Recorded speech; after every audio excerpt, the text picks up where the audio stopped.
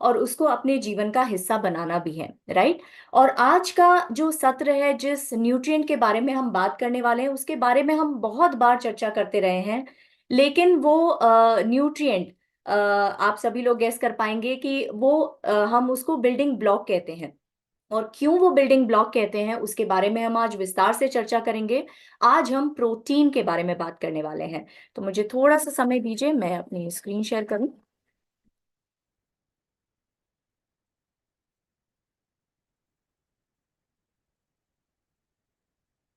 तो मुझे बताइएगा अगर मेरी स्क्रीन विजिबल है तो। एक minute, just give me a moment.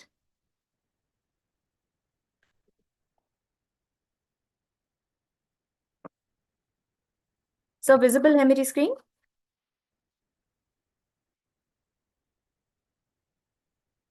I think visible है। Yes, visible. Yes, it's visible. ठीक है, तो अभी तक आप लोगों ने जितने भी सत्र सुने हैं, समझे हैं, उसमें हम निरंतर एक बात करते आ रहे हैं, वो है बायोलॉजिकल क्लॉक। या हम उसको एक और चीज से भी कनेक्ट कर रहे हैं कि वो हमारा एक मेन स्विच है। यानी हम कंटिन्यूअसली अपने बायोलॉजिकल क्लॉक को एक मेन स्विच से जो है हमेशा कनेक्ट करते आ रहे हैं, क्योंकि कहीं ना कहीं हमारे जितने भी सारे सिस्टम हैं, वो उस मेन स्विच और वो उस मेन बायोलॉजिकल क्लॉक से कनेक्टेड है। जैसे कि कल भी हमने ये बात की कि कैसे हमारी जो लाइफस्टाइल हैबिट्स हैं, उसका जो है हमारे बायोलॉजिकल क्लॉक पे कितना सकारात्मक या कितना नकारात्मक प्रभाव पड़ सकता है। और उसी में ही एक पॉइंट था फूड का। और जब भी हम भोजन या पोषण की बात करते हैं, तो उसमें उसका एक बहुत ही इंपॉर्टेंट भाग है प्रोटीन, जो एक बहुत ही इंपॉर्टेंट न्यूट्रिएंट है, जिसके बारे में आज हम चर्चा करने वाले हैं, क्योंकि प्रोटीन अपने आप में पूरा एक विषय है, राइट। जब हम जो है प्रोटीन की बात करते हैं, तो हम कहीं कहीं ना कहीं कई बार चर्चा करते हैं, बट हर बार जब भी हम चर्चा करते हैं तो उसके बारे में कुछ ना कुछ एक से दो पॉइंट हमें एक्स्ट्रा समझ में आ ही जाते हैं या नए सुनने को मिल जाते हैं। तो चलिए, आप लोगों से एक प्रश्न से शुरुआत करती हूँ कि क्या आप प्रोटीन के बिना अपने जीवन की कल्पना कर सकते हैं या अपने अस्तित्व की कल्पना कर सकते हैं? क्या आप ये मानते हैं कि आप हम सभी लोग प्रोटीन के बने हैं? इसका जवाब मैं देख पा रही हूँ चैट में। ममता जी ने बोला है यस। सत्या जी ने भी बोला है यस।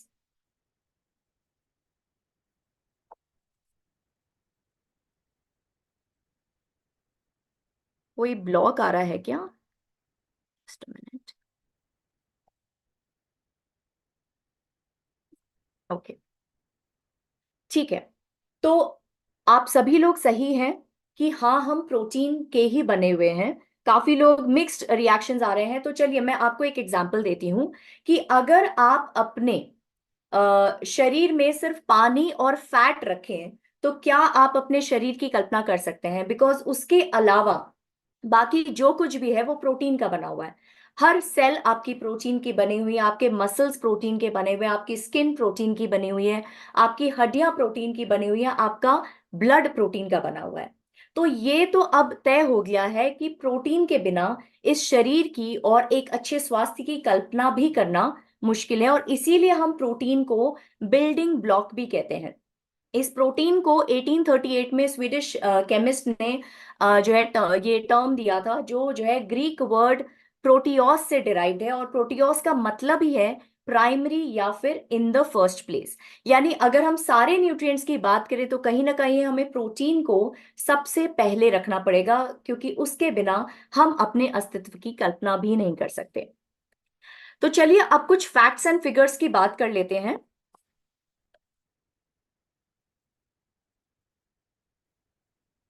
अ,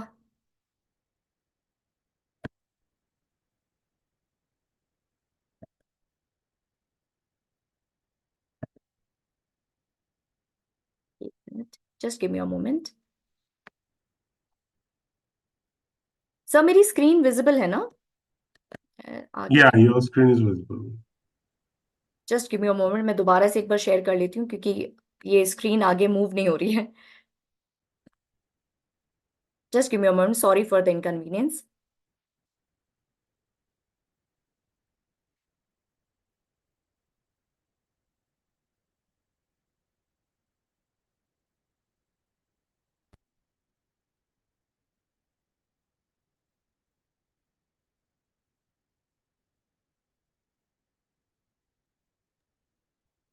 राइट। तो अब चलिए थोड़े से फैक्ट्स एंड फिगर्स की बात कर लेते हैं, वो भी इंडिया के परिप्रेक्ष्य में, और हम बात कर रहे हैं अवेयरनेस के तौर पे।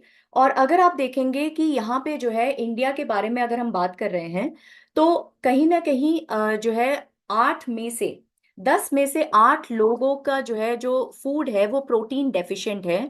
और 10 में से 9 लोगों को तो उनकी रिक्वायरमेंट पता ही नहीं है, क्योंकि जब तक उनको रिक्वायरमेंट ही पता नहीं होगी तब तक वो उसके ऊपर एक्शन भी नहीं ले पाएंगे। तो अभी आगे आने वाली कुछ स्लाइड्स सिर्फ फैक्ट्स एंड फिगर्स के ऊपर है, ताकि आप ये समझ सकें कि कितनी अवेयरनेस, अगर हम अपने कंट्री की बात करें तो प्रोटीन के बारे में कितने सारे मिथ्स और कितनी सारी जो है अवेयरनेस की कमी है। ठीक है, तो चलिए हम नेक्स्ट स्लाइड पे जाते हैं। तो यहाँ पे आईएमआरबी ने जो है 2017 में जो है एक सर्वे किया था, जिसमें सैंपल साइज 1260 था, जिसमें 59% वेजिटेरियन लोग थे एंड 41% जो है, सॉरी 59% नॉन वेजिटेरियन लोग थे और 41% वेजिटेरियन थे, जिसमें से 75% अपनी प्रोटीन रिक्वायरमेंट को लेके कंप्लीटली अवेयर थे। और उसमें से भी 88% का जो प्रोटीन इंटेक था वो उनकी रिक्वायरमेंट से काफी कम था। अगर हम रीजन वाइज बात करें प्रोटीन की अवेयरनेस के बारे में, तो आप देख पा रहे हैं कि नॉर्थ में प्रोटीन के विषय में जो अवेयरनेस है वो सिर्फ 2% है, साउथ में 13% है, वेस्ट में 27% है और ईस्ट में 89% के आसपास है। तो कहीं ना कहीं ये फैक्ट्स एंड फिगर्स थोड़ा सा चिंताजनक है कि हमें अभी अवेयरनेस ही नहीं है, और इस वजह से हमारे जो डाइट में प्रोटीन का जो पोजीशन होना चाहिए वो काफी कम है। अभी ये जो हम फैक्ट्स एंड फिगर्स की बात कर रहे हैं, ये हम अर्बन रिच इंडिया की बात कर रहे हैं। क्यों यहाँ पे हम इम्फोसाइज कर रहे हैं अर्बन रिच इंडिया की? क्योंकि अगर हम पूरी जनसंख्या की बात करें तो हम ये कह सकते हैं कि शायद काफी जनसंख्या को अवेयरनेस नहीं है, बिकॉज वो उतने एजुकेटेड नहीं है, या उनकी जो है जितने उसके बारे में जो एजुकेट होने के जो फोरम्स हैं उस तक पहुंच नहीं है, या फिर अफोर्डेबिलिटी नहीं है। लेकिन ये जो स्लाइड है, ये जो है basically 73% of urban rich India is protein deficient. जहां पे हम ये देख सकते हैं कि जो अर्बन रिच इंडिया है उसके पास सारे रिसोर्सेज हैं अवेयरनेस इकट्ठा करने के, उसके पास अफोर्डेबिलिटी है, उसके पास ये जानकारी इकट्ठा करने के सारे संसाधन हैं कि कौन से सोर्सेज प्रोटीन रिच हैं, कौन से सोर्सेज नहीं। बट फिर भी अगर आप देखेंगे 73% of urban rich India is protein deficient.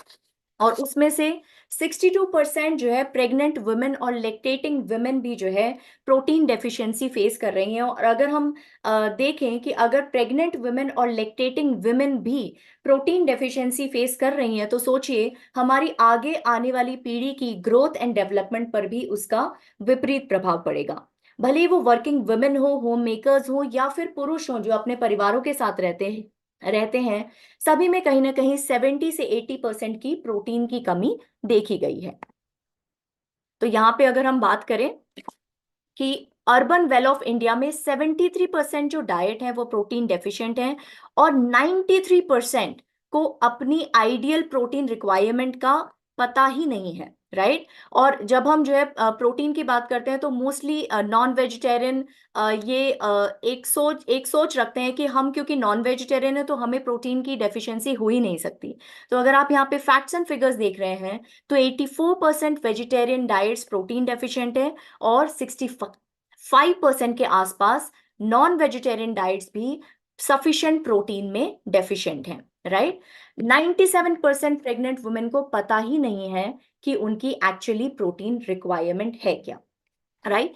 तो इस स्लाइड से हमें ये समझ में आ रहा है कि हम अगर overall urban well of India की भी बात करें तो कहीं ना कहीं वो भी प्रोटीन डेफिशिएंट के कगार पे खड़े हैं।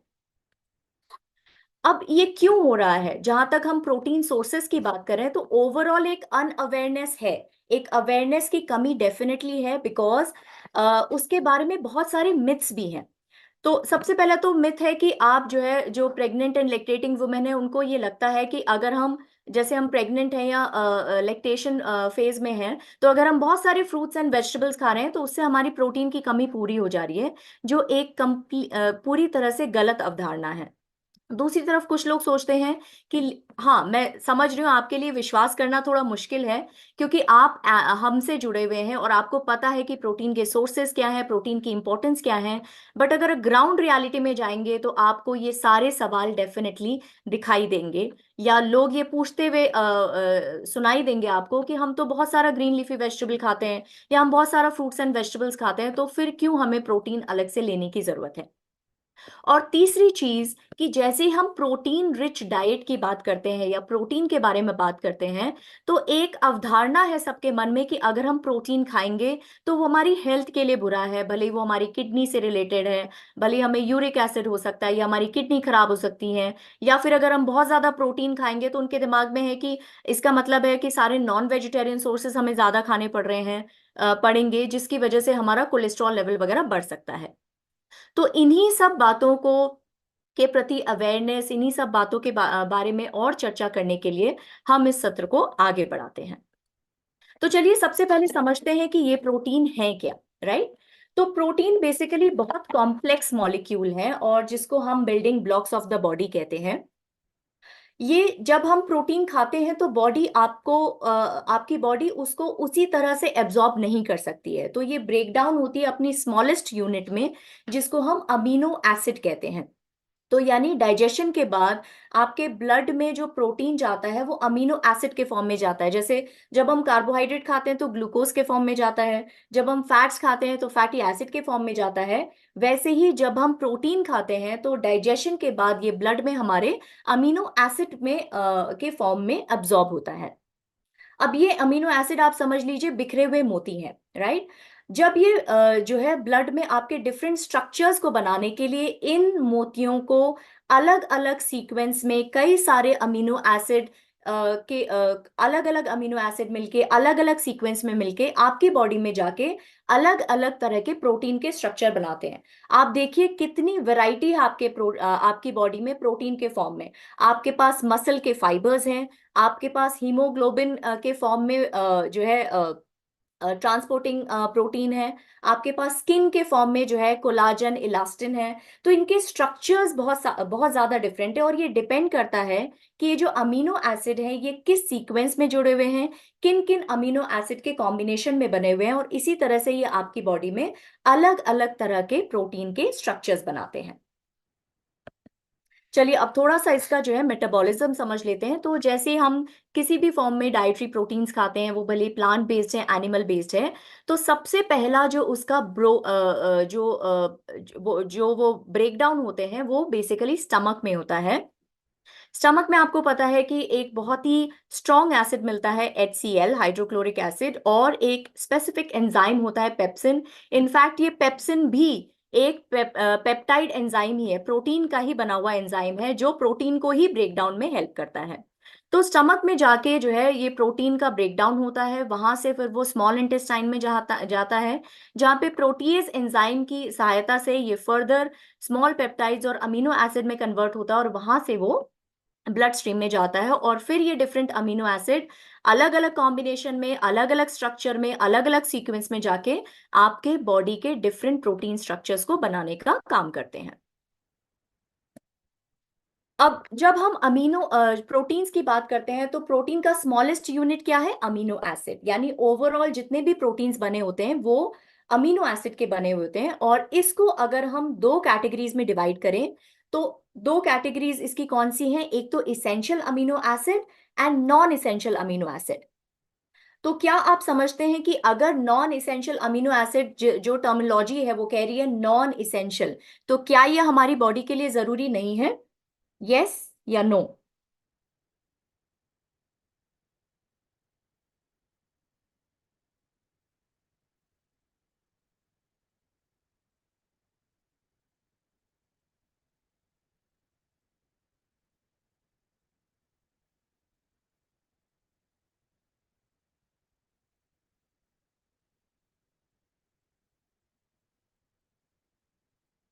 ठीक है, मैं देख पा रही हूँ कि कुछ लोग नो कह रहे हैं, कुछ लोग यस कर रहे हैं, तो मैं यहाँ पे थोड़ा सा ये क्लियर कर दूं कि जब हम इसेंशियल और नॉन इसेंशियल अमीनो एसिड की बात करें तो ऐसा नहीं है कि नॉन इसेंशियल अमीनो एसिड हमारी बॉडी के लिए जरूरी नहीं है, लेकिन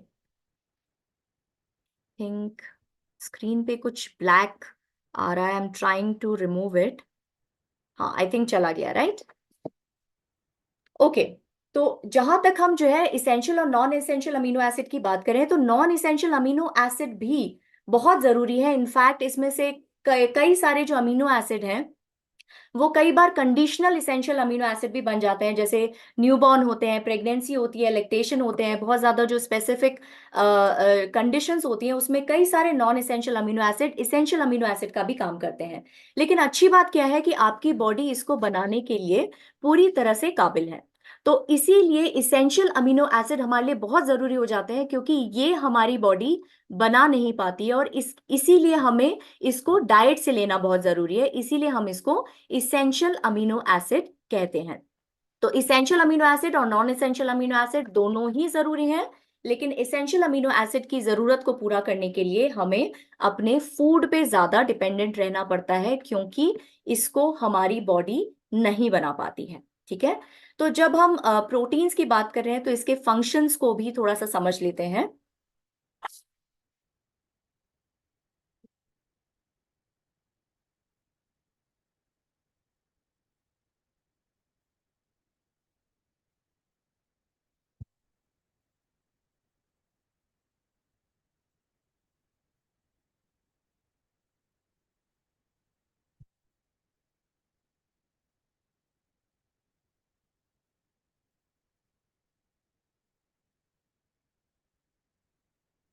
मैं बार बार मिस कर जा रही हूँ, एक मिनट, सॉरी फॉर दिस।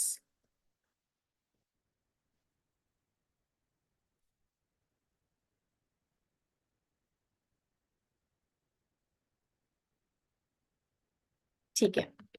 तो फंक्शंस की जब हम बात करते हैं तो सबसे पहले तो हमें पता है कि हमारी जो मसल्स हैं उसका जो है खाना क्या है, प्रोटीन है, राइट। तो हमें ये पता है कि 80% ऑफ जो मसल्स है वो प्रोटीन का ही बना हुआ है। और ये आपके जो है मसल्स के ग्रोथ, रिपेयर और मेंटेनेंस के लिए प्रोटीन की आवश्यकता निरंतर बनी रहती है। अगर हम इम्यूनिटी की बात करें तो जो आपके आंसुओं में जो लाइसोजाइम पाया जाता है, जो इन्फ्लेमेटरी कंपाउंड है साइटोकाइन, या फिर जो एंटीबॉडीज हैं, उस सब के बनने के लिए प्रोटीन की बहुत ज्यादा जरूरत है। और अगर आप में आपके शरीर में प्रोटीन की कमी है तो ऑटोमेटिकली ये जितने भी बैरियर्स हैं जो हमारे इम्यून सिस्टम को और स्ट्रेंथन करते हैं वो बनने में मुश्किल होगी। उसी तरह से अगर आप एक नॉर्मल डाइजेस्टिव सिस्टम को सस्टेन करना चाहते हैं तो उसमें हमें सबसे ज्यादा क्या जरूरी होती है, डाइजेस्टिव एंजाइम्स। और जितने भी आपके डाइजेस्टिव एंजाइम्स हैं वो भी कहीं ना कहीं प्रोटीन के बने हैं, जैसे प्रोटीएज हो गया, पेप्सिन हो गया, ये सारे जो है protein based enzyme digestive enzymes ही हैं। उसके अलावा आपकी बॉडी में जितने ज्यादा जो है न्यूट्रिएंट्स को, इसेंशियल न्यूट्रिएंट्स को जो है ट्रांसपोर्टेशन का काम आपके ब्लड के थ्रू होता है। और ब्लड में जो हीमोग्लोबिन है जो बेसिकली ऑक्सीजन ट्रांसफर का काम करता है, हीम जो पार्ट है वो है आयरन, और ग्लोबिन जो पार्ट है वो है प्रोटीन, राइट। तो जो है अगर आपको जो है हीमोग्लोबिन अपने ब्लड में प्रॉपर बनाए रखना है तो आपको न केवल आयरन की जरूरत है, बट उसके साथ साथ आपको प्रोटीन की भी जरूरत है। उसके अलावा जब हम डीएनए रेगुलेशन की बात करते हैं तो हमारे डीएनए में जो जेनेटिक कोड्स हैं उसके एक्सप्रेशन के लिए भी जो है आपको प्रोटीन की जरूरत है। उसके अलावा ब्रेकिंग डाउन ऑफ फूड, यानी आपका जब फूड आपके डाइजेस्टिव सिस्टम में जाता है तो उसको ब्रेक डाउन करने के लिए जितने भी एंजाइम्स हैं वो आपके प्रोटीन के बने हुए हैं। आपका जो है कोई भी बॉडी टिश्यू को रिपेयर करना है, हीलिंग करना है, उसके लिए जैसे आपने देखा होगा कि कोई बर्न का केस होता है या कहीं पे चोट लगती है तो डॉक्टर बोलते हैं कि अपना प्रोटीन का रिक्वायरमेंट आपको बढ़ाना चाहिए। उसके अलावा जितने भी जो है केमिकल मैसेंजर्स हैं जिनको हम हॉर्मोन्स कहते हैं, जिसके बिना अगेन हमारी बॉडी में कोई भी फंक्शन प्रॉपरली नहीं हो पाएगा, वो भी उसका बेस भी जो है प्रोटीन का ही बना हुआ है। उसके अलावा जितने भी हमारे फील गुड हॉर्मोन्स हैं, जो न्यूरो हैं, उसको बनाने के लिए भी हमें प्रोटीन की जरूरत होती है। और हम ये जानते हैं कि प्रोटीन एक एनर्जी का भी सोर्स है। पर ग्राम हमें 4 किलो कैलोरी जो है एनर्जी मिलती है प्रोटीन से। और इसके अलावा अगर आपको हेल्दी स्किन, हेयर, नेल्स को मेंटेन करना है तो उसके जो प्रोटीन है, जैसे कैरेटिन हो गया, कोलाजन हो गया, इलास्टिन हो गया, ये सब भी प्रोटीन के बने हुए हैं। तो अगर आप यहाँ पे देख पा रहे हैं कि अगर आप अपनी बॉडी की कोई भी संरचना आप देख रहे हैं तो उसमें कहीं ना कहीं प्रोटीन का छोटा या बड़ा रोल कहीं ना कहीं डेफिनेटली है। अब बात करते हैं कि जो है प्रोटीन की जरूरत, यानी हमें हमारी जो है प्रोटीन की क्या रिक्वायरमेंट, हमें कितने अमाउंट में प्रोटीन चाहिए, उसकी रिक्वायरमेंट कुछ फैक्टर्स पे डिपेंड करती है। सबसे पहले तो आपके इंडिविजुअल बेसिस पे, यानी जो है आपकी फिजियोलॉजिकल रिक्वायरमेंट क्या है, यानी कुछ पॉइंट्स हैं जैसे आपका जेंडर, तो आपने देखा होगा बाय डिफॉल्ट जो है प्रोटीन की रिक्वायरमेंट पुरुषों में ज्यादा देखी जाती है, क्योंकि उनका बाय डिफॉल्ट उनका जो स्ट्रक्चर होता है वो ज्यादा मस्कुलर होता है कंपेयर टू फीमेल्स। जब हम एज की बात करते हैं तो एज वाइज भी अगर आप देखेंगे तो आपकी प्रोटीन की रिक्वायरमेंट चेंज होती रहती है। जब आप ग्रो कर रहे हैं, जब आप बच्चे हैं, अडोलेसेंट हैं, फिर आप एडल्ट फेज में आते हैं जहां पे आपको अपने मसल मेंटेनेंस के लिए प्रोटीन की जरूरत होती है, और जब आप ओल्ड एज में जाते हैं जहां पे आपका जो मसल मास है वो धीरे धीरे डिट्योरेट हो रहा है। तो अगर आप देखेंगे जीवन के हर फेज में आपकी प्रोटीन की रिक्वायरमेंट डिफरेंट होगी, बट प्रोटीन की रिक्वायरमेंट डेफिनेटली होगी। उसके अलावा जो तीसरा पॉइंट है वो है फिजिकल एक्टिविटी, यानी आपका फिजिकल एक्टिविटी का स्टेटस क्या है। आप स्ट्रेंथ ट्रेनिंग कर रहे हैं, उसकी फ्रीक्वेंसी क्या है, आप रेजिस्टेंस ट्रेनिंग कर रहे हैं, आपकी इंटेंसिटी क्या है, तो उन सब बिंदुओं के बेसिस पे भी जो है आपकी प्रोटीन की रिक्वायरमेंट कम या ज्यादा हो सकती है।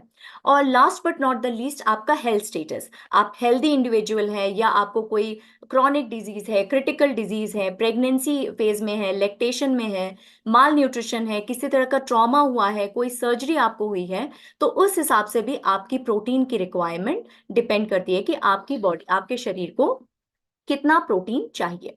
उसके अलावा जब हम दूसरी चीज क्या आती है, प्रोटीन की क्वालिटी, कि सिर्फ क्वांटिटी ही नहीं, अगर आप सही क्वालिटी का प्रोटीन नहीं ले रहे हैं तो वो भी जो है उसके ऊपर डिपेंड करेगा कि आपको कितना प्रोटीन रिक्वायर्ड है on a day to day basis. तो प्रोटीन की क्वालिटी दो बिंदुओं पे मेनली फोकस्ड है। सबसे पहले तो आपका अमीनो एसिड प्रोफाइल, यानी आपका, आप जो प्रोटीन चूज कर रहे हैं उसमें आपके 9 इसेंशियल अमीनो एसिड प्रेजेंट हैं कि नहीं है। इसका मतलब द क्वालिटी ऑफ प्रोटीन, क्या वो प्रोटीन कंप्लीट प्रोटीन है या नहीं है। और दूसरा, आप प्रोटीन की क्वालिटी कैसे असेस कर सकते हैं, आपके पिडिका स्कोर से। जो है इसका जो फुल फॉर्म है वो है protein digestibility corrected amino acid score. ये एक मेथड है इवैल्यूएट करने का कि प्रोटीन की क्वालिटी कैसी है, यानी उसका अमीनो एसिड प्रोफाइल कैसा है, और उसकी डाइजेस्टिबिलिटी कैसी है, यानी जो हम अमीनो एसिड प्रोफाइल बोल रहे हैं कि इस प्रोटीन में है, क्या वो पूरी तरह से आपकी बॉडी में डाइजेस्ट और एब्जॉर्ब हो पा रहा है कि नहीं हो पा रहा है। और पिडिका स्कोर मैक्सिमम स्कोर क्या हो सकता है, 1, राइट। तो ये इन दो बेसिस पे आप ये डिसाइड कर सकते हैं कि आपको डेली बेसिस पे कितना प्रोटीन का रिक्वायरमेंट है। तो चलिए अब हम जो है बात कर लेते हैं कि आपकी डेली की रिक्वायरमेंट कैसी है, कितनी होनी चाहिए। Sapna, just before सपना। that, one menu coming up. वहाँ पर थ्री देख डॉट्स पा हैं, रही उस हूँ, पे लेकिन जाकर उसके बाद ना सर मैं स्लाइड वो नहीं कर पा रही हूँ, वो मूव नहीं कर पा रही हूँ आगे। आप स्केप करके बाहर हो जाइए जरा। यूट्यूब में काफी कमेंट्स आ रहे हैं, चलिए स्केप ओके। करके एक बार ट्राई करिए। Let Mohit or somebody run the deck, and Sapna can say slide change, and we can probably do that. मैं एक बार और ट्राई करती हूँ।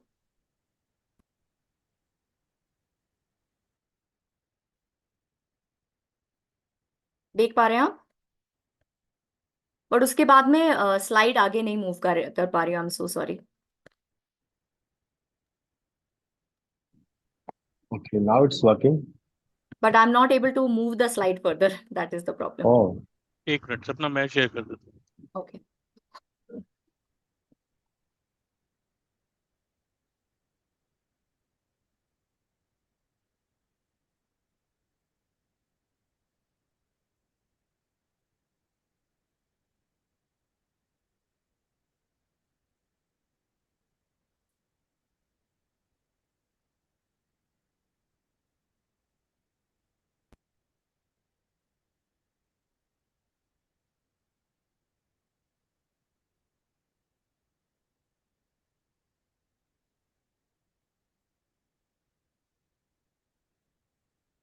चलिए, तो अब जो है हमने ये समझ लिया कि किन दो बिंदुओं के आधार पर आप ये डिसाइड करेंगे कि आपकी बॉडी की डेली रिक्वायरमेंट क्या है।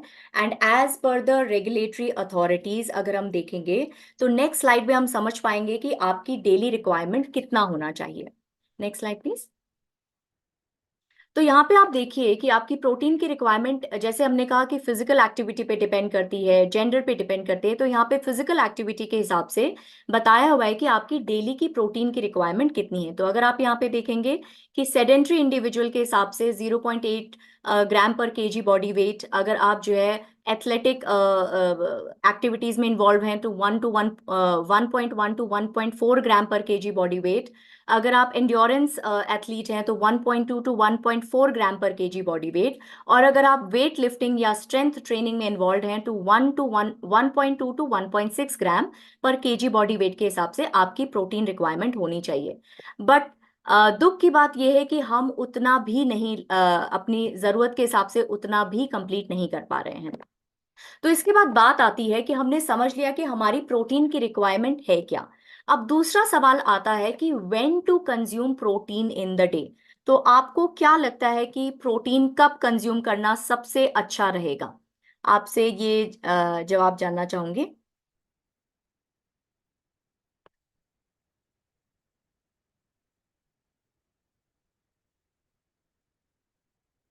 ठीक है, तो यस, आई थिंक हम सभी लोग अब मॉर्निंग न्यूट्रिशन के तहत ये समझने लगे हैं कि अगर हम मैक्सिमम अपना न्यूट्रिशन मॉर्निंग में लेंगे तो हमारा जो है प्रोटीन का जो टैंक है वो भरा हुआ रहेगा, राइट। तो इस इंपॉर्टेंट न्यूट्रिएंट को अगर हम सुबह की तरफ लेंगे तो हमारा शरीर इसका पूरा पूरा फायदा उठा पाएगा, राइट। तो अगर हमारी मॉर्निंग की न्यूट्रिशन प्रोटीन से भरपूर है तो वो सबसे अच्छा रहेगा, ताकि आप पूरे दिन भर की एनर्जी के लिए, अपने मेटाबॉलिक फंक्शंस के लिए को भली भांति चलाने के लिए पूरी तरह से तैयार रहेंगे।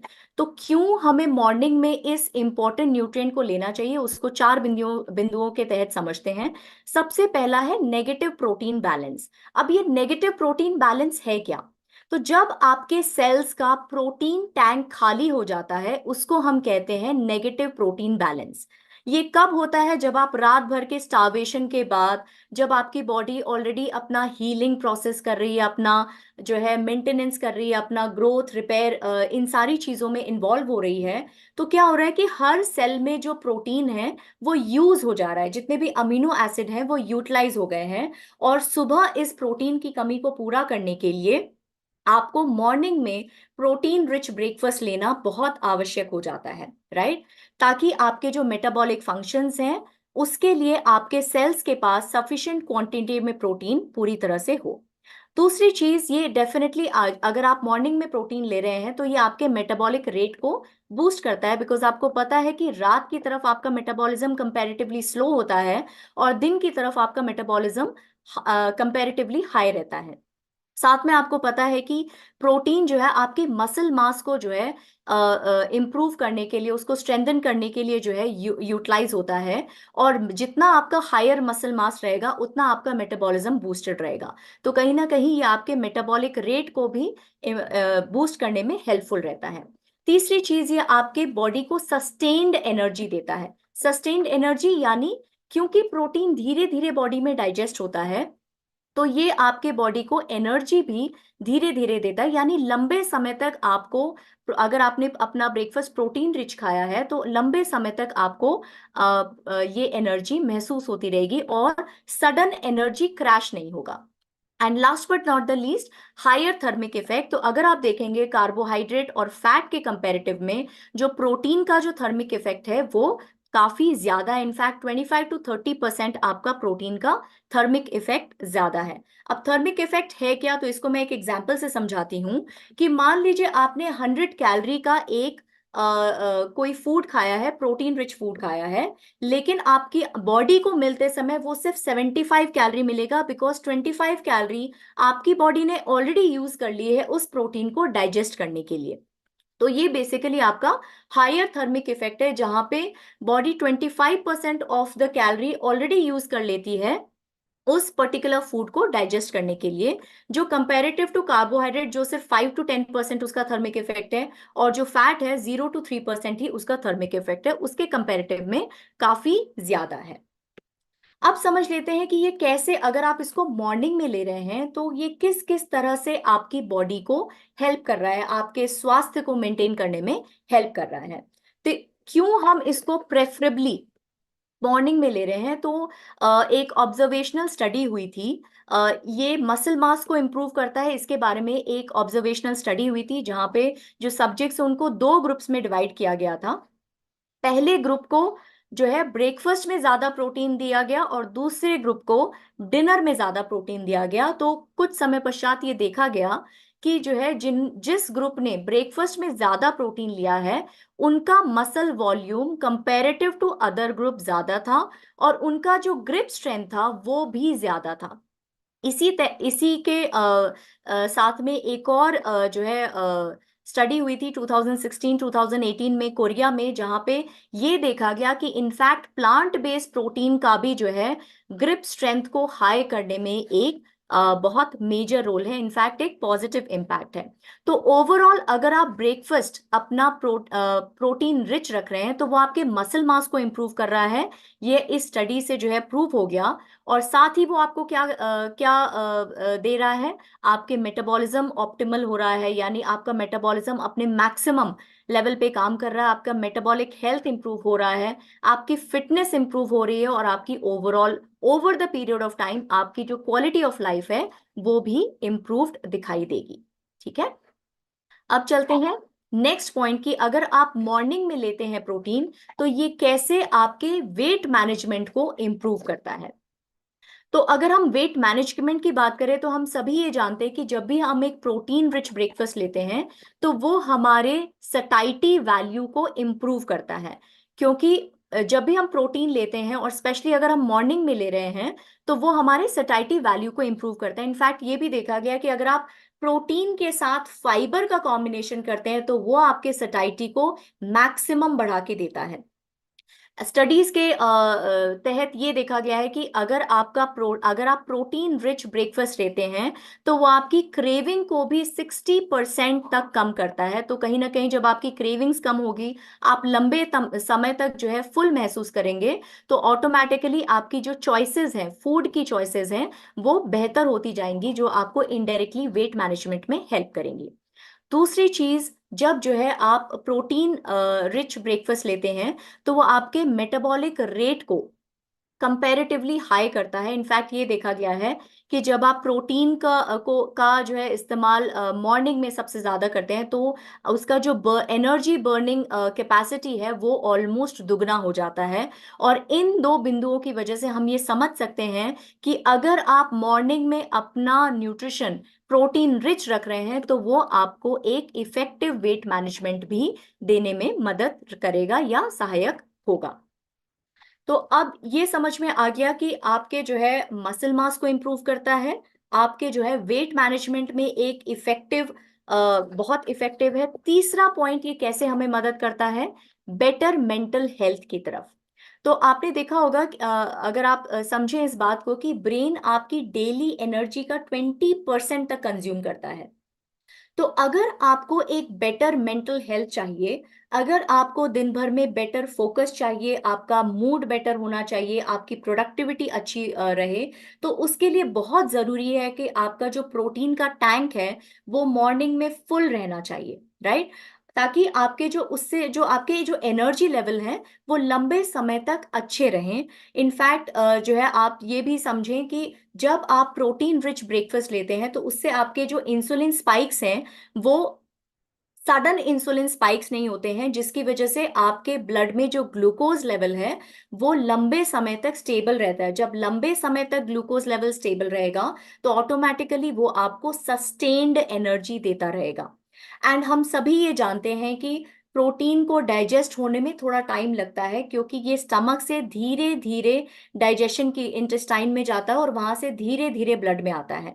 तो जब इसका डाइजेशन स्लो होगा, इसका जो है एनर्जी, जो अमीनो एसिड आ रहे हैं वो आपके ब्लड में धीरे धीरे आएंगे, आपके शुगर लेवल स्टेबल रहेंगे, आपके एनर्जी लेवल भी स्टेबल रहेंगे। इससे क्या होगा, आपके जो है परफॉर्मेंस इंप्रूव होगी, मूड अच्छा रहेगा, आपका दिन भर जो अलर्टनेस है वो अच्छा रहेगा, और ओवरऑल आपकी प्रोडक्टिविटी अच्छी रहेगी। इसमें एक बिंदु और जोड़ने की कोशिश कर रही हूं यहाँ पे, कि जो आपके न्यूरोट्रांसमीटर हैं, जैसे आपका गाबा हो गया, गामा अमीनो ब्यूटारिक एसिड, या आपका डोपामिन जिसको हम फील गुड हॉर्मोन्स कहते हैं, उनके बनने के लिए भी प्रोटीन की जरूरत है, स्पेसिफिक अमीनो एसिड की जरूरत है। इसीलिए आपका मॉर्निंग में प्रोटीन का टैंक फुल होना बहुत बहुत जरूरी है। तो अब हम ये समझ गए कि आपको मसल मास अगर इंप्रूव करना है, आपको अगर इफेक्टिव वेट मैनेजमेंट चाहिए, और अगर आपको बेटर मेंटल हेल्थ चाहिए, तो मॉर्निंग में प्रोटीन का कंज्यूम करना बहुत सहायक रहेगा। अब हमें ये समझ में आ गया कि हमको कब खाना है, कितना खाना है, कब खाना है।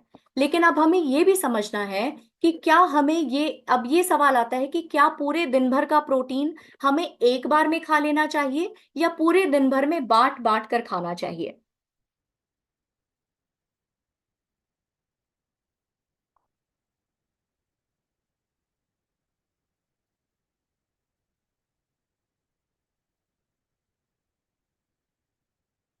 तो यहाँ पे मैं जवाब देना चाहूंगी कि पूरे दिन भर में अगर आप डिवाइड करके खाएंगे तो वो जो है ज्यादा बेहतर रहेगा, बिकॉज फिर आपके पूरे दिन भर के जो मेटाबॉलिक फंक्शंस हैं उसके लिए आपके पास प्रोटीन भरपूर मात्रा में रहेगा।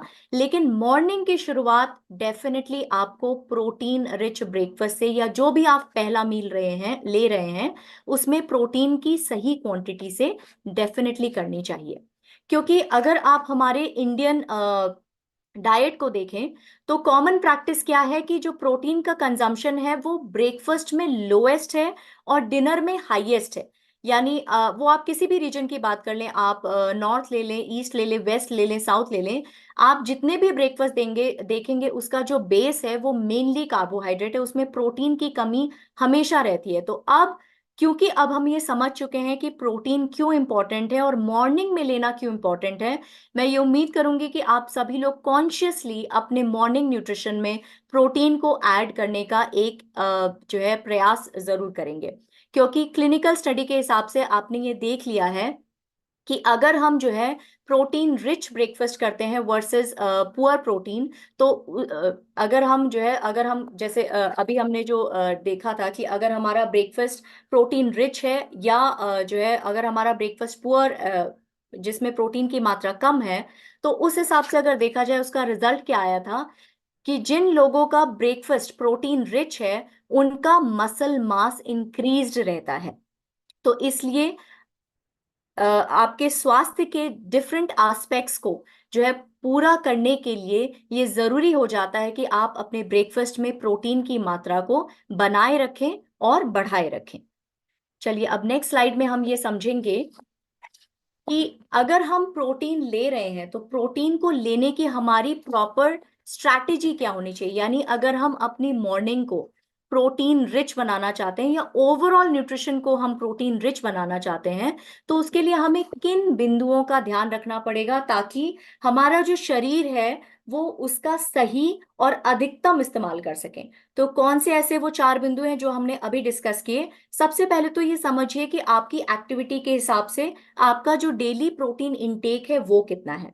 उसके बाद ये देखिए कि आप जो प्रोटीन चूज कर रहे हैं उसकी क्वालिटी क्या है, यानी उसका अमीनो एसिड प्रोफाइल क्या है, क्या वो कंप्लीट प्रोटीन है कि नहीं है। तो जनरली अगर हम प्रोटीन क्वालिटी की बात करते हैं तो उसको हम अगेन 2 तरह से डिवाइड करते हैं, complete protein and incomplete protein. तो मोस्टली जितने भी जो है एनिमल बेस्ड प्रोटीन होते हैं वो कंप्लीट प्रोटीन की कैटेगरी में आते हैं, क्योंकि उसमें सारे के सारे 9 इसेंशियल अमीनो एसिड मिलते हैं। लेकिन जब हम इनकम्प्लीट प्रोटीन की बात करते हैं तो सोया के अलावा मोस्टली जितने भी प्लांट बेस्ड प्रोटीन है वो इनकम्प्लीट प्रोटीन है, क्योंकि उसमें 1 से 2 अमीनो एसिड की कमी हमेशा रहती है। तो अगर हम उसमें और इसीलिए जो है अगर हम प्लांट बेस्ड प्रोटीन है तो आपने देखा होगा कि हम हमेशा से जैसे राजमा चावल खाते हैं या दाल चावल खाते हैं ताकि वो एक कंप्लीट प्रोटीन बन जाए।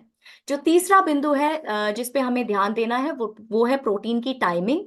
पहले तो मॉर्निंग में तो प्रोटीन रखना ही रखना है और उसके अलावा भी बाकी जो प्रोटीन का रिक्वायरमेंट है वो पूरे दिन भर में आप डिस्ट्रीब्यूट करके लीजिए रादर देन एक बार में, क्योंकि ये देखा गया है कि आप एक बार में 25 to 30 gram maximum protein easily digest and absorb कर सकते हैं, राइट। तो प्रोटीन की टाइमिंग के साथ साथ प्रोटीन का डिस्ट्रीब्यूशन भी समझना बहुत जरूरी है।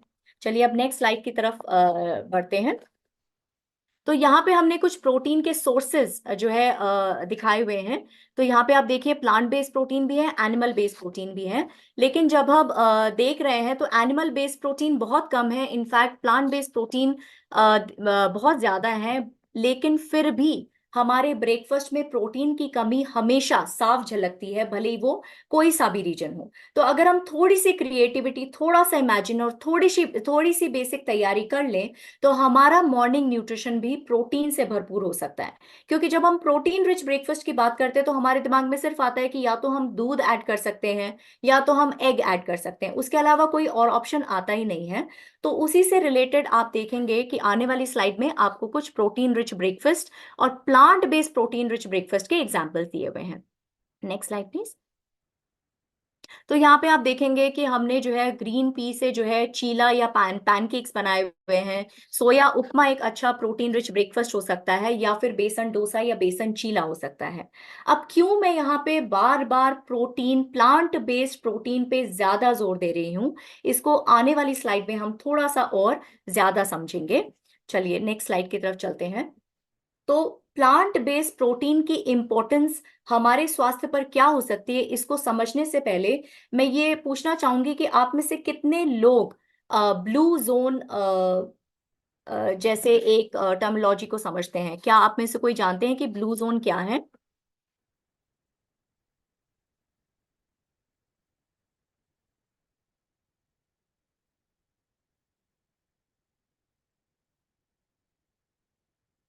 ओके ठीक है, मुझे आंसर्स मिल रहे हैं। ब्रिजेश जी बोल रहे हैं, सतिंदर जी बोल रहे हैं कि ब्लू जोन वो जानते हैं। ठीक है, जो जानते हैं और जो नहीं भी जानते उनके लिए मैं बता दूं कि ब्लू जोन दुनिया के वो क्षेत्र हैं जहां पर पॉपुलेशन, जो जनसंख्या है उसका, उसके जो अधिकांश लोग हैं वो अपनी उम्र से ज्यादा जीते हैं। और अपनी उम्र से ज्यादा जीते हैं, मैं कहने का मतलब है रोग मुक्त जीते हैं। इसका मतलब उनका जो क्वालिटी ऑफ लाइफ है वो बहुत ही अच्छा है। अब उसके पीछे की जो है वजह जानने की कोशिश करते हैं। तो यहाँ पे आप देख पा रहे हैं उसके पीछे की चार वजह हैं।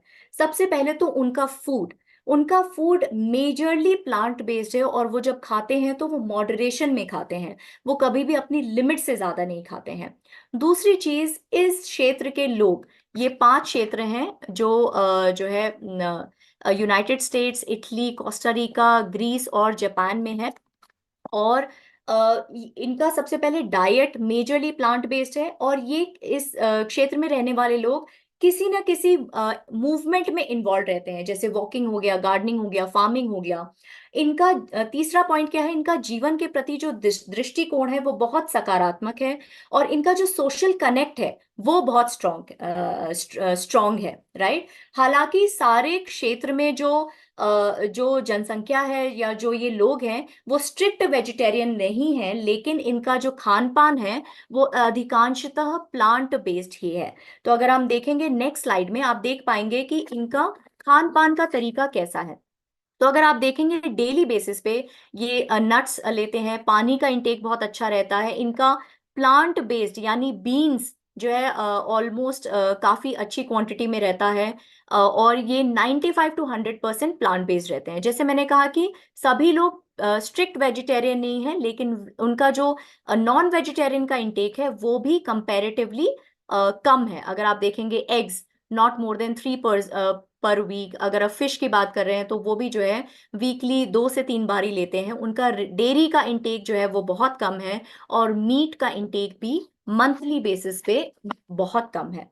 तो अगर आप देख पा रहे हैं, आप समझ पा रहे हैं कि जब हम प्लांट बेस्ड प्रोटीन की बात कर रहे हैं और अगर हम थोड़ा सा अपने कॉन्शियसली होके अपने जो है डाइट को प्लांट बेस्ड कर दें और स्पेशली प्लांट बेस्ड प्रोटीन की तरफ करें, तो हम कहीं ना कहीं अपने छोटे छोटे ब्लू जोन्स क्रिएट कर सकते हैं और इन्हीं की तरह जो है एक क्वालिटी लाइफ जी सकते हैं और एक स्वस्थ जीवन जी सकते हैं।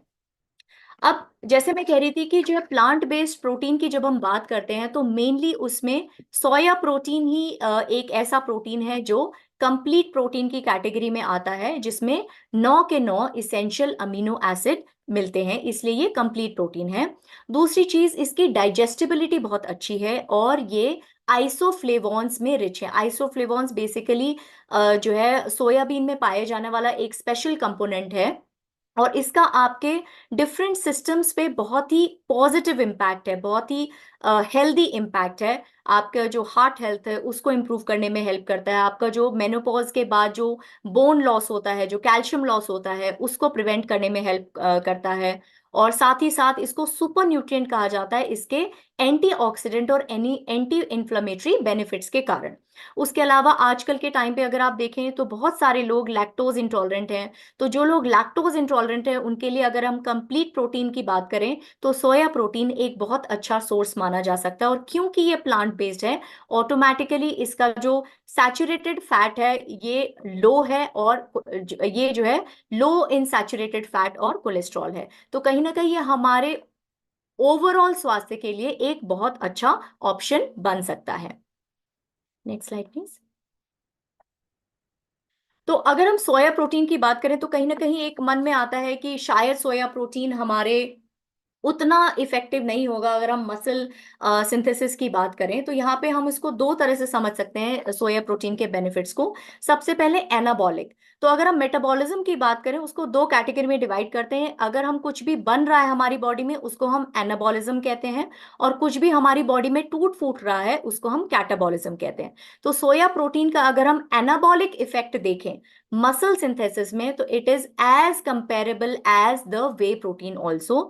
तो इसीलिए जो है अगर हम सोया प्रोटीन को muscle mass improve, lean muscle mass improve करने के लिए भी इस्तेमाल करें तो वो कहीं ना कहीं उसका पॉजिटिव इम्पैक्ट रहेगा हमारे मसल मास गेन के लिए। तो यहाँ पे अगर हम सोया प्रोटीन को मसल्स के परिप्रेक्ष्य में अगर देखें तो ये हमारे लीन बॉडी मास को इंप्रूव करता है, एंड्योरेंस और स्ट्रेंथ को इंप्रूव करता है, एक्सर्शन को कम करता है, और जो मसल का जो वेयर एंड टेयर है उसको भी कम करने में मदद करता है। अगर हम बियॉन्ड एनाबॉलिक यानी जो हमारे बाकी सिस्टम्स हैं उसके ऊपर इसका अगर पॉजिटिव इम्पैक्ट देखें तो ये हमारे heart health, bone health, weight management और ओवरऑल मेटाबॉलिक हेल्थ को भी इंप्रूव करने में मददगार है। Next slide please. तो अभी हम अगर हम बियॉन्ड एनाबॉलिक इफेक्ट्स को अगर हम थोड़ा सा और डिटेल में समझेंगे तो हार्ट हेल्थ को कैसे इंप्रूव करता है, बिकॉज ये जो है सैचुरेटेड फैट्स और कोलेस्ट्रॉल में लो है तो ये आपके टोटल कोलेस्ट्रॉल को कम करता है, आपके जो बैड कोलेस्ट्रॉल है उसको कम करता है और ट्राइग्लिसराइड को कम करता है। इस तरह से ये आपके हार्ट हेल्थ को इंप्रूव करने में सहायक है। अगर हम बोन हेल्थ की बात करें तो ये कैल्शियम लॉस को, स्पेशली मेनोपॉजल वुमेन में कैल्शियम लॉस को कम करने में मदद करता है। तो कहीं ना कहीं ये बोन मिनरल डेंसिटी को भी इंप्रूव करता है। मेटाबॉलिक हेल्थ की बात करें तो ये आपको एक सटाइटी की फीलिंग देता है और जो है आपका जो एनर्जी एक्सपेंडिचर को उसको बढ़ाता है और इनडायरेक्टली आपके वेट मैनेजमेंट में हेल्प करता है, बिकॉज जो आपके ब्लड शुगर को प्रॉपरली मेंटेन रखता है, आपके फैट बर्निंग को इंप्रूव करता है, आपके लीन बॉडी मास को इंप्रूव करता है। तो कहीं ना कहीं आप देख पा रहे हैं कि सोया प्रोटीन की जब हम बात करते हैं वो सिर्फ मसल्स ही नहीं, इनफैक्ट बियॉन्ड मसल्स यानी anabolic, beyond anabolic effects of soya protein की बात करें तो हमारे जो मेजर सिस्टम्स हैं, heart health, metabolic health, weight management, bone health, उन सभी में इस सोया प्रोटीन का एक पॉजिटिव इम्पैक्ट देखने को मिलता है। Next slide please. अब सोया प्रोटीन के आसपास बहुत सारे मिथ्स एंड फैक्ट्स हैं और आप जब आप ग्राउंड में जाते हैं, आप जब लोगों से मिलते हैं तो डेफिनेटली ये सवाल आप ये जो गलत अवधारणाएं हैं ये डेफिनेटली आप इसका सामना जरूर करते होंगे और कहीं ना कहीं आप सबके मन में भी ये रहता होगा कि सोया प्रोटीन अगर हम ज़्यादा क्वांटिटी में लेंगे, कंटिन्यूस लेंगे तो क्या ये सारी प्रॉब्लम हो सकती हैं कि नहीं हो सकती हैं। तो इन गलत अवधारणाओं को जो है पूरी तरह से निरर्थक साबित करने के लिए ये स्लाइड हमने यहाँ पे स्पेशली रखी है, ताकि आपके पास सारे जवाब हों जब भी सोया प्रोटीन से रिलेटेड कुछ भी गलत अवधारणा आपके सामने आ रही है। तो सोया प्रोटीन ये कहा जाता है कि जो है वो आपके रिप्रोडक्टिव हॉर्मोन्स को अफेक्ट करता है, तो ये पूरी तरह से गलत है। सोया प्रोटीन में डेफिनेटली आइसोफ्लेवोन्स प्रेजेंट होते हैं जो फाइटोइस्ट्रोजन कैटेगरी में आते हैं, लेकिन करंट स्टडीज में कहीं भी ये सजेशन या कंक्लूजन नहीं है कि सोया का कोई सिग्निफिकेंट रोल है मेल फीमेल हार्मोन्स को अफेक्ट करने के लिए। दूसरी चीज आपने ये सुना होगा कि सोया अगर हम खाएंगे तो अर्ली प्यूबर्टी शुरू हो जाएगी, यानी जो मेच्योरिटी है वो जल्दी आ जाएगी, तो ये भी बिल्कुल गलत अवधारणा है। कोई भी रिसर्च ये कंक्लूड नहीं करती है कि सोया के सेवन से प्यूबर्टी जल्दी शुरू हो जाती है। तीसरी चीज आपने बहुत कॉमनली ये सुना होगा कि soya is bad for your thyroid, यानी सोया आपके थायराइड के लिए बैड है। यहाँ पे मैं समझा दूं कि जिसके पास भी एक हेल्दी थायराइड ग्लैंड है, जिनको थायराइड का प्रॉब्लम है, उनको तो डेफिनेटली डॉक्टर का कंसेंट या डॉक्टर से सजेशन लेना चाहिए, बट जिनका भी थायराइड हेल्दी है, जिनके थायराइड वैल्यूज बिल्कुल ठीक हैं, उसमें कहीं भी ये किसी भी रिसर्च में ये कंक्लूड नहीं हुआ है कि सोया एक हेल्दी थायराइड के लिए बुरा ऑप्शन है। अगर आपका थायराइड हेल्दी है तो उसका सोया का उस ग्लैंड के ऊपर कोई भी विपरीत प्रभाव नहीं पड़ता है। और चौथी चीज आपने ये बहुत कॉमनली सुना होगा कि सोया एलर्जीज बहुत कॉमन है, लेकिन यहाँ पे मैं फिर से ये समझा दूं कि सोया एलर्जीज जो परसेंटेज है वो कंपैरेटिव टू दूध या कंपैरेटिव टू नट्स बहुत बहुत कम है, बहुत लेस परसेंटेज है। जिनको सोया से एलर्जी है डेफिनेटली उनको निश्चय ही सावधानी बरतनी चाहिए, लेकिन सोया एलर्जी का परसेंटेज बहुत कम है और इसको कुछ हद तक डाइजेस्टिव सिस्टम को इम्प्रूव करके इसको ओवरकम भी किया जा सकता है। लेकिन जिनको सोया की प्रूवन एलर्जी है उनको निश्चय ही सावधानी बरतनी चाहिए। अब क्यों हम यहाँ पे मिथ्स एंड फैक्ट्स की बात कर रहे हैं? Ma'am sir, last the back slide please. तो यहाँ पे हम क्यों इस चीज को हम मिथ कह रहे हैं? क्योंकि ये जो स्टडीज हैं ये एनिमल्स में की गई हैं, और इन स्टडीज में जो आइसोफ्लेवोन की क्वांटिटी यूज की गई है वो जो है ह्यूमन कंजम्पशन से कई गुना ज्यादा है, राइट? तो इसीलिए ये कंक्लूड करना कि जो एनिमल्स में रिजल्ट आया है वही ह्यूमंस में रिजल्ट आएगा, इनफैक्ट वे बियॉन्ड जो ह्यूमन कंजम्पशन की जो लिमिट है उससे ज्यादा यूज करके, तो ये बिल्कुल ही एक गलत अवधारणा है। और इसीलिए ये किसी भी स्टडी में ये कंक्लूड नहीं हो पाया है कि ये जो सारे मिथ्स हैं वो एक्चुअली सच है। इनफैक्ट आप सभी को ये कॉन्फिडेंटली सजेस्ट कर सकते हैं कि ये सारे के सारी गलत अवधारणाएं हैं। अगर हम जो है साउथ ईस्ट एशिया की बात करें, जहाँ पे स्टेपल फूड ही सोया है, सोया पेस्ट है, सोया जो है सॉस है, तो इसका मतलब अगर वहां पे सोया स्टेपल फूड है तो उनके तो सारे रिप्रोडक्टिव हॉर्मोन्स हे वायर हो जाने चाहिए थे, उनके सारे गर्ल्स बॉयज की प्यूबर्टी अर्ली हो जानी चाहिए थी, या उन सभी को थायराइड प्रॉब्लम हो जानी चाहिए थी। तो कहीं ना कहीं अब आप ये समझ सकते हैं कि सोया का आपके इन सारी गलत अवधारणाओं का सोया जो है इन सारी गलत अवधारणाओं, फैक्ट यही है कि सोया का इन सारी चीजों पे कोई गलत प्रभाव नहीं पड़ता है। Next slide please. तो अब हम ये पूरे कॉन्फिडेंस के साथ कह सकते हैं, निष्कर्ष में हम यही कह सकते हैं कि प्रोटीन के बिना एक शरीर और स्वास्थ्य की कल्पना नहीं की जा सकती है।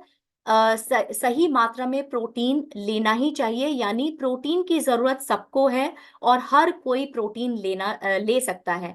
कितना लेना है, कब लेना है, कैसे लेना है, ये ध्यान में रखते हुए, तो हर सत्र के साथ हम ये उम्मीद करते हैं कि आप हर दिन और ज्यादा शाइन करते रहें। और आई थिंक अभी तक आप ऑलरेडी शाइन कर रहे होंगे, तो अभी नेक्स्ट स्लाइड में हम समझेंगे कि एक्चुअली शाइन है क्या।